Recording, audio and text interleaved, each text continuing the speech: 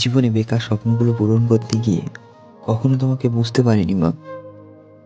সারাদিন কাজ করার পরেও অসুস্থ শরীর নিয়ে আমাকে খুশি দেখার জন্য আমার পছন্দের খাবারগুলো রান্না করতে মা। কিন্তু কোনোদিন বুঝতে দাওনি আমাকে তোমার কষ্টগুলো। আই এম সরি মা। বন্ধুদের সাথে আড্ডা দিতে সারাদিন নিজেকে ব্যস্ত রাখতাম, কিন্তু তোমার সাথে কথা বলার সময়টুকু পেতাম না। নিজেকে বিরক্ত বোধ করতাম তুমি কল দিলে। আই এম সরি মা। ক্ষণিকের ভালোবাসার পিছনে ছুটে তার পছন্দের খাবারগুলো দিয়ে তাকে সারপ্রাইজ দিতাম, কিন্তু কখনো কল দিয়ে জানতে চাইনি তুমি কি খাচ্ছ, কার সাথে খাচ্ছ, কি দিয়ে খাচ্ছ। আই এম সরি মা। সাথে বন্ধুদের সাথে আড্ডা দিতে নিজেকে ব্যস্ত রাখতাম, তুমি বাবা বাবা বলে বারবার ডাকতে মা। মানুষ হয়ে অমানুষের মতো ব্যবহার করতাম তোমার সাথে। আই এম সরি মা। তোমার ভালোবাসাগুলো নিষ্ক্রিয় মনে হতো তখন আমার কাছে। আজ তোমার দুপা ধরে বলতে ইচ্ছা করে আমাকে ক্ষমা করে দিও মা।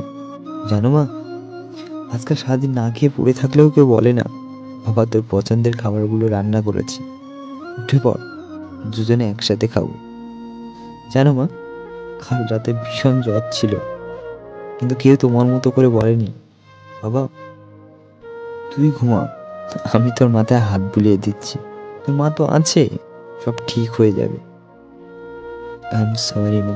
সারা রাত গার্লফ্রেন্ডের সাথে ফোনে কথা বলতাম, তুমি মাঝ রাতে শীতের কম্বল ছেড়ে উঠে এসে আমাকে বলতে বাবা এবার ঘুমিয়ে পড়, নাহলে শরীর খারাপ করবে। জানো মা, এখন সারা রাত না ঘুমালেও কেউ বলে না বাবা ঘুমিয়ে পড়। কোনোদিন বলতে পারিনি তোমাকে, কিন্তু আজ তোমাকে খুব বলতে ইচ্ছা করছে। আই এম সরি মা। I love you. ক্ষমা করে দিও মা। সো বন্ধুরা, পৃথিবীতে যদি কোনো মানুষ নিঃস্বার্থভাবে ভালোবেসে থাকে সেটা হলো আমাদের মা। তাই শুধু মাদার ডেতে হোয়াটসঅ্যাপ বা ফেসবুকে স্ট্যাটাস দিয়ে বাবা মায়ের ভালোবাসা প্রমাণ না দিয়ে তাদের ছোট্ট ছোট্ট অনুভূতিগুলো পূরণ করার চেষ্টা করুন। দেখবে এর মতো সুখ পৃথিবীতে আর কোথাও খুঁজে পাবে না। সুস্থ থাকুক সবারই বাবা মা। সো বন্ধুরা, গল্পটি কেমন লাগলো অবশ্যই কমেন্ট করে জানাবেন, আর চ্যানেলটি সাবস্ক্রাইব করে পাশে থাকা বেল আইকনটি ক্লিক করে দিন। আর হ্যাঁ, গল্পটি ভালো লাগলে অবশ্যই একটা লাইক করবেন।